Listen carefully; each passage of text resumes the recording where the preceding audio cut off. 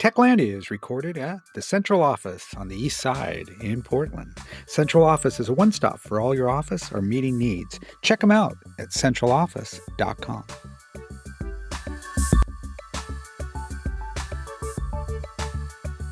Welcome to the latest episode of Techlandia, Tao's regular podcast series. I'm Skip Newberry, President and CEO of Tao. And with us, we're pleased to have with us as our guest, Dr. Brandon Barnett, who's with Trigate Strategy Coaching. Brandon, thanks for being here. Thanks so much for having me, Skip. I'm really pleased to be here. Awesome. Well, would love if you could maybe spend a little bit of time taking us through your professional journey up to present day. Right up until you created Trigate. Yeah, happy to. Thanks for that opportunity. So my career is kind of um, at the end of a 28-year career at Intel Corporation. And I launched Trigate Coaching to bring the best of my learnings and wisdom from that journey to others throughout the world. And I'll talk a little bit about that. So I started actually at Intel in the fabs, wearing the bunny suit, kind of squeezing the laws of physics to advance Moore's law. I have a PhD in physics and a undergraduate in electrical engineering. And so Intel was a great fit for me to bring those skills and solve technical problems. But after several years, I figured out that I was also interested in the value of the work I was doing. What is the commercialization opportunity, the differentiation that these technologies was providing for the company? So I picked up an executive MBA at our local Oregon Executive MBA program, and that launched me on a journey that seems really crooked when I was on it, but a straight line kind of in retrospect. I moved from the fabs into the incubator, Intel's incubator called New Business Initiatives. And I launched a business called the biochip business back in that time in the mid 2005, 2008 timeframe. Intel was at the top of its game, had needed growth in new markets, and so they asked me to figure out how to grow in life sciences industry. And I built and grew a team to figure out how we could bring our core silicon capability to this new industry, and launched a business where we figured out how to interface our silicon to DNA to do genetic testing on a chip. And again, mid 2000, this was really new technology, and genetic testing was growing like crazy in terms of the possibility in the market. So it was an awesome opportunity. And I mentioned that story because in 2008, the corporation killed that business, and we'd reduced all the technical risk. We had a go-to-market partner, so all the business risk, or a lot of it, was mitigated. And so why would they kill the program then? They should have shut it down years before when there was much higher risk. And with that curiosity, after some grieving through the loss of my baby venture, I realized that there was a question here. Why do companies do that? And so I founded a lab called the Business Innovation Lab in our large research group. Intel, of course, has many, many technology programs, but we weren't researching what I thought was the biggest risk, which was the dynamics of our industry and how they might change. And so I came back to my physics roots and founded that lab, grounded in complexity theory, to study ecosystems and markets and transformations. And that took me to the last 15 years or so of my career, which was doing strategy at the corporate level with the C-suite, but also in business units, in the technology office, in the corporate strategy office, and maturing these insights that I had gained through that research on using, again, complexity theory to understand how to better craft strategy, and had a great opportunity to practice that with real projects to push forward the literature and actually do academic research on studying that. Um, and it just kind of matured into this nice package of strategy through the lens of complexity. And then fast forward to today, where AI is transforming every industry and every business. I feel like I'm really well positioned to help companies navigate that transformation because it is a complex transformation. And I've got the processes, the strategy, the mindset, and the tools to help companies do that. And that launched Trigate Coaching at the in October of last year. Nice. And I'm wondering if you could also maybe just share a little bit about who are some of the ideal companies that you're working with. maybe in terms of the size, stage, profile? What does that look like? Yeah, that's a great question. And I think there is a sweet spot, which is um, medium-sized to large companies that have been successful over the last years or decades, and are trying to figure out how they continue to be successful throughout and after this AI transformation. That said, very large companies like Intel have benefited as well, often at the business unit level, sometimes at the corporate level. But even startups, if I usually I don't help too much with product market fit, kind of those questions that a startup might help be um, that a startup might be challenged by. But again, in this environment of AI, things are changing so fast. Having those strategic understanding of the dynamics of the market, even if you are looking for product market fit, but knowing that these transformations are coming can be really helpful. So probably a sweet spot on that, kind of senior leadership team within a mid to large company, but startups who are trying to navigate have benefited as well. I'll say that it's not even limited to companies. I've worked with organizations kind of funded by the state of Oregon, um, who have a charter to advance economic development or conflict resolution. I find that these tools and perspectives of complexity can help in a wide variety of areas. Business certainly is my strength, but these other areas as well can be benefited greatly. That's great. Do you have like a certain framework or a set of principles that you typically apply in working with different organizations and companies? Yeah, over my decades of working in strategy, I've come up with a very specific, structured, and disciplined approach. And I found leaders, even the most senior and successful leaders, kind of asked the wrong strategic questions. Again, they weren't really embracing the complexity of their ecosystem. And so I've developed and built and kind of vetted through years of practice with real teams a strategy framework that we kind of have rolled up into a master class. And it's not rocket science, but it touches some things that companies often miss. And I'll give it a very high level overview. The first thing we do is start with systems. We take a systems view, again, thinking about that foundation of complex adaptive systems to my approach to strategy and ecosystems and transformation. So we start with the system. We ask, what are the rules? Who's writing them? Are they changing? And what is the role that the organization wants to play within them? And then we start to think about our choices, reveal the choices. We always have choices, even if they're doing nothing different. But in this age of AI transformation, we all need to be thinking about what we do differently.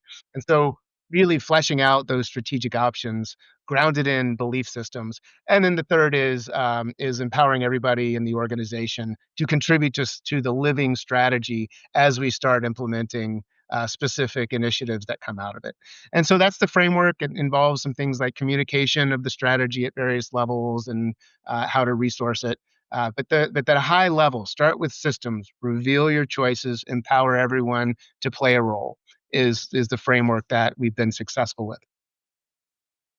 That's really, really nice. I mean, I think one thing we're hearing a lot from our member companies is number one, challenges with understanding a very rapidly changing technological landscape with disruptive technologies like AI. And then also, the issue of how to essentially adopt those technologies with an eye toward what are the structures in place for how to kind of manage people in relation to the technology. And I'm wondering, are you seeing certain trends, certain themes that emerge there around that issue of kind of the people plus the systems interacting with each other? Like what are you seeing out there right now? Yeah. w- what I'm seeing is what I call the first wave of transformation. And again, I had the benefit of being able to look at this from almost an academic point of view and really researching and studying how transformations roll out, starting with kind of the internet and the mobile phone era. So we can see these patterns of transformation. And I see most companies and leaders are thinking about that first wave. How do I get efficiencies out of this new technology? How do I, kind of reduce cost or increase the value I can deliver by implementing AI? And that could be, supporting my call centers, or better online tools, or better logistics and supply chain tools that AI can help with. Uh, but where I find that there's less interaction and yet more possibility, again, given kind of the historical patterns that these transformations um, uh, uh, uh, impart on industries, is the new business models and the new capabilities. And so where I like to engage with my company is working with leaders to figure out what are those new business models, how is value shifting, what is becoming valuable that wasn't, what offering that you considered valuable and monetized up until now is going away because of AI. And let's think through those new business models so you can weather this transformation. And then this third wave of transformation is when the rules of the industry are completely rewritten and the structure changes. And that's where companies who have been, kind of leading through their industry growth, um, may not survive the transformation. And that's a lot of fun too, to work with leaders to help them understand that this transformation is not the same industry or company that got the growth that got them where they are today. There really is significant transformation, and AI is rewriting the rules of most industries today. So that work is a lot of fun. So there's different levels of engagement to your question, kind of the roll up your sleeves and get those efficiencies using AI. There's that thinking through new business models and new capabilities and how value shifts in the value network. And then what are the new rules of the industry and how it restructure the winners and losers? Are there certain things that you differentiate between when working with, say, a startup that's kind of building from the ground up versus, let's say, a legacy business that's looking at how to kind of begin a digital transformation? What does that look like? Yeah, I think the biggest difference, well, a couple places within the framework that I described. The role that the company is going to play within that dynamic, within that kind of complex network. A startup is probably trying to figure out just how it adds value and can get product market fit and get a viable business model. Whereas a larger company may be thinking, how do I rewrite the rules, not be subjected to the rule changes? What role do I want to play in leadership? So there's some differences there. The question is the same: what is the role that we want to play within these complex dynamics? But I think there's different opportunities and optimum points for that difference. I think the other place that it really comes out is in the second phase of the framework, where we say reveal your choices. Startups would have a narrower scope of choices, perhaps in some ways, given their resourcing, and they really need to quickly find that product market fit, and yet they have a much broader possibility space in terms of the role that they might play, the value that they could create, and how they monetize that. Whereas a larger company maybe has more time and can figure out that role, but it's much more complex to think about how a big company can reposition itself in that network. So I think there are some differences. The general framework, I think, is still very valuable regardless of that size difference. But the details that my team and I would help them work through, of the specifics of those nuances. What role do you play? What are your choices in this environment? Are where the difference really comes out. I often hear larger company or more established company executives say, if only we could act more like a startup or behave more like a startup, we could address some of the challenges that we face in a shifting market. Do you think that's a realistic proposition, or should they rethink it entirely? This is the classic, crossing the chasm and ambidextrous organization. Yes. And having spent almost a decade in our own incubator to do exactly that, how do you create these new growth opportunities when at the end of the day, you know, that same investment in the core business could get a point of market segment share and completely swamp out the value that you were bringing, at least on that near term revenue basis. I think it is a real challenge and continues to be a real challenge. Um, but I think this framework is really helpful because it changes the conversation from you know, um, resource allocation and portfolio management to first thinking about what role do we want to play, and are we changing that role or augmenting that role in this complex and dynamic environment? Um, And that's the starting point. Once we understand that role, then we can define, well, then what innovation do we need to invest in? Where do we create new technologies or ventures in order to get us a foothold in that new role as we grow into it as a larger company? So I think it's a very valid and still hugely challenging issue. But I think this type of thinking can help bring clarity to that journey and that transformation of the company. In thinking through some of the workforce challenges of organizations as they're looking to adopt to new technology, what are some of the things you're seeing now that might look different when it comes to AI?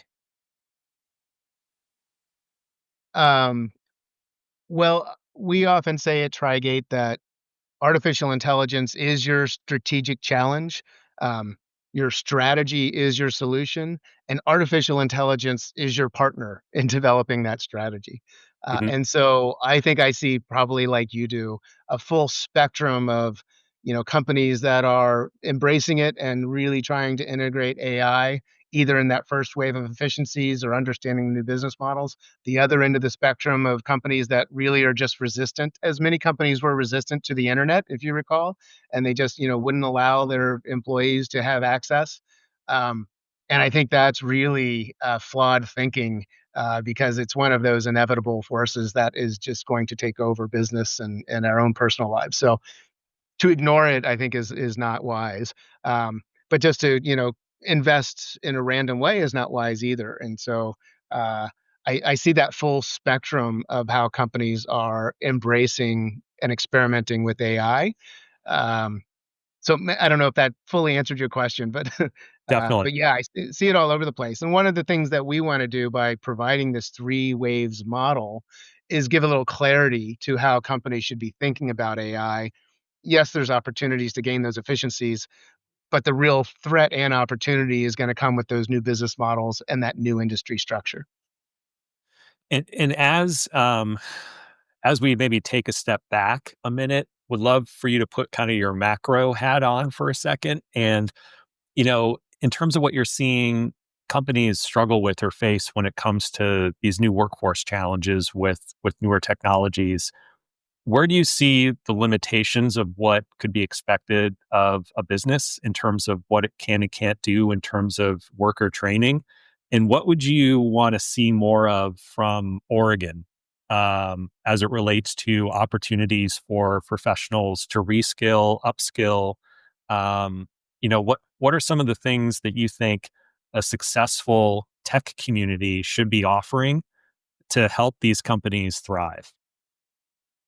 What a great question, and I don't know if I have answers as much as kind of questions or curiosity myself.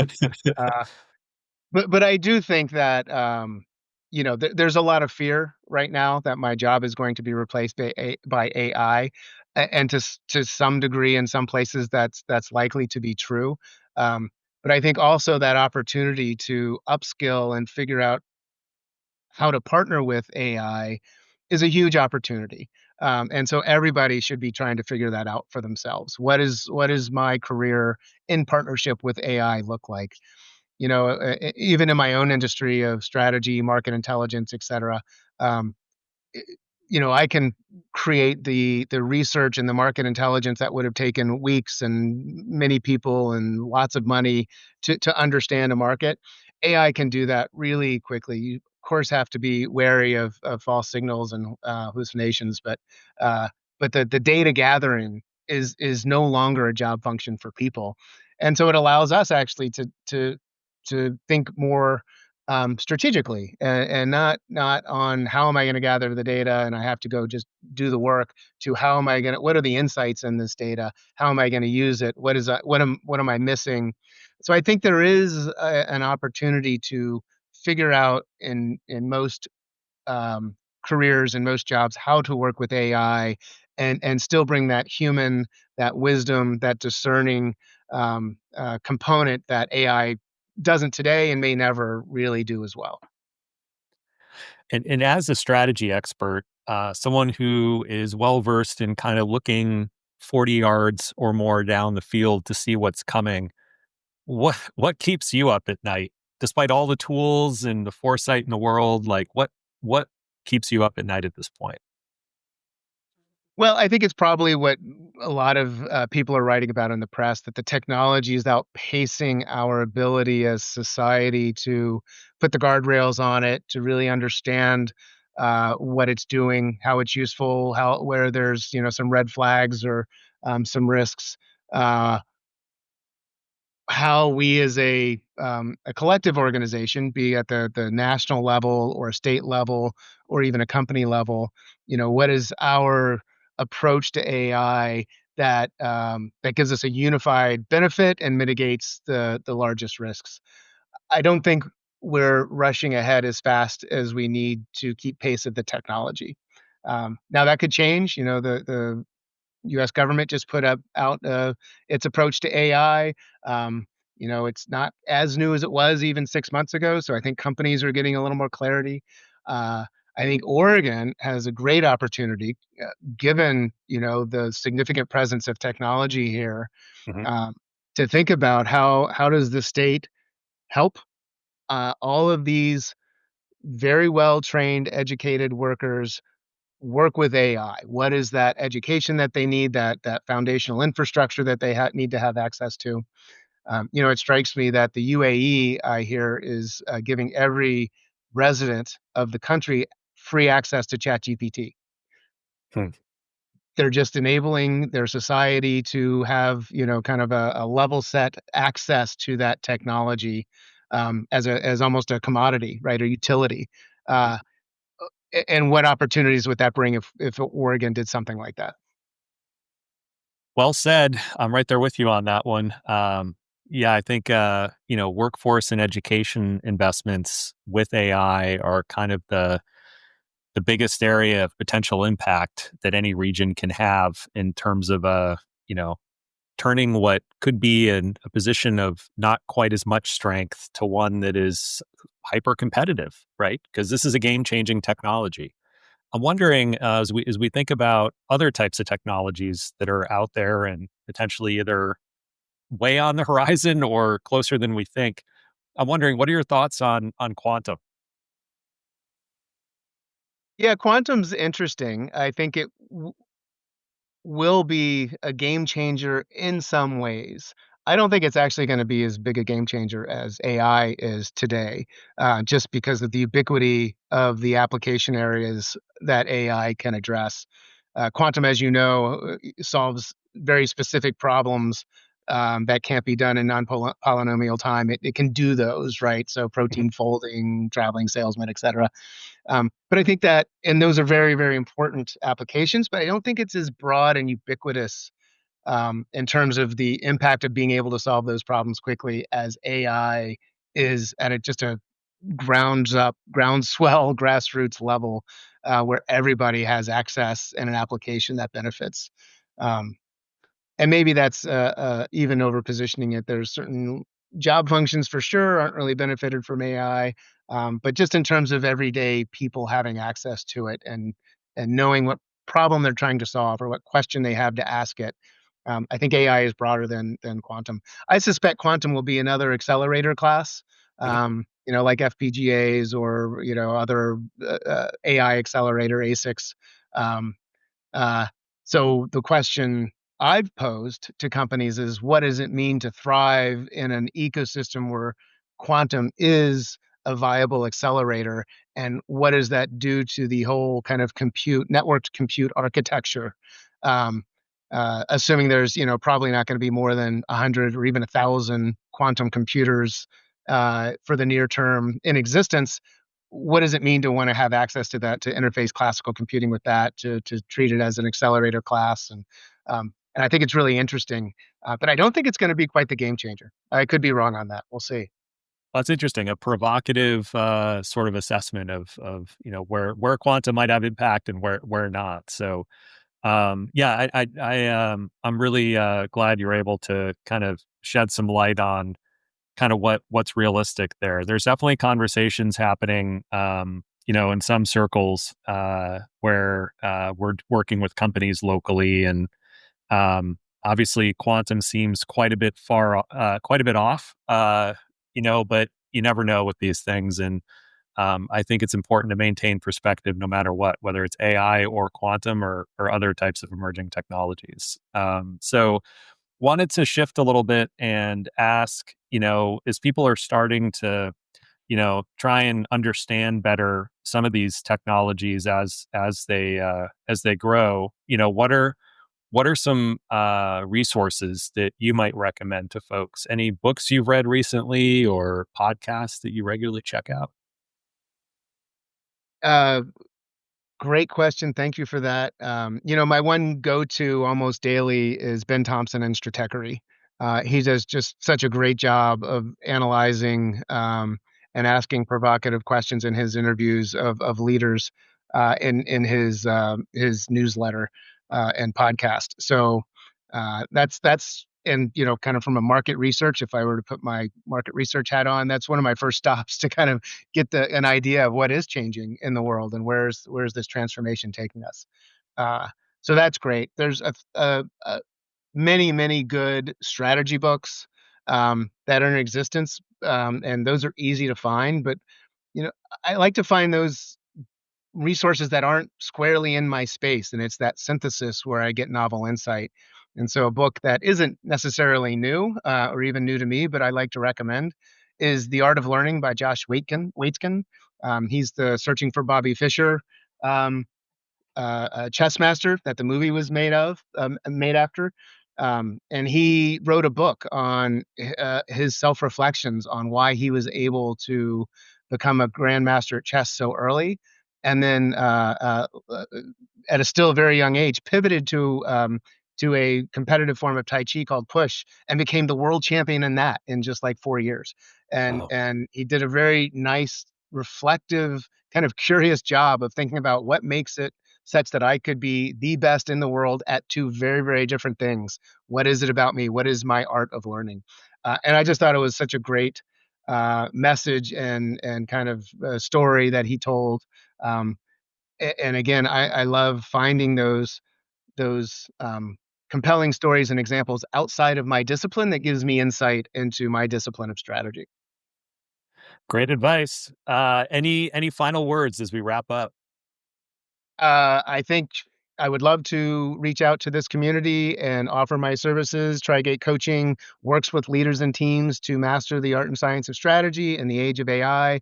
AI, is a little scary, but it's going to be a fun ride. There's so much opportunity and value to be created, and businesses are going to change, and that can be really interesting and fun if you're on the front end of that.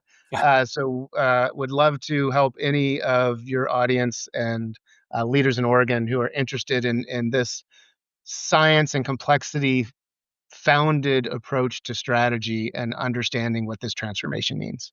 So thanks for this opportunity, Skip. I really appreciate being here today.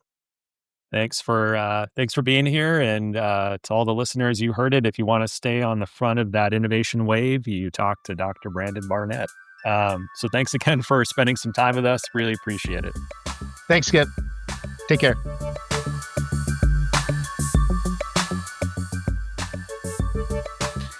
That's a wrap on this episode of Techlandia, the podcast, where innovation meets insight. If you enjoyed today's conversation, don't forget to follow us, leave a review, and share it with your fellow tech explorers. You can follow us at techoregon.org for updates and more tech-fueled content. Until next time, stay curious, stay connected, and keep building the future.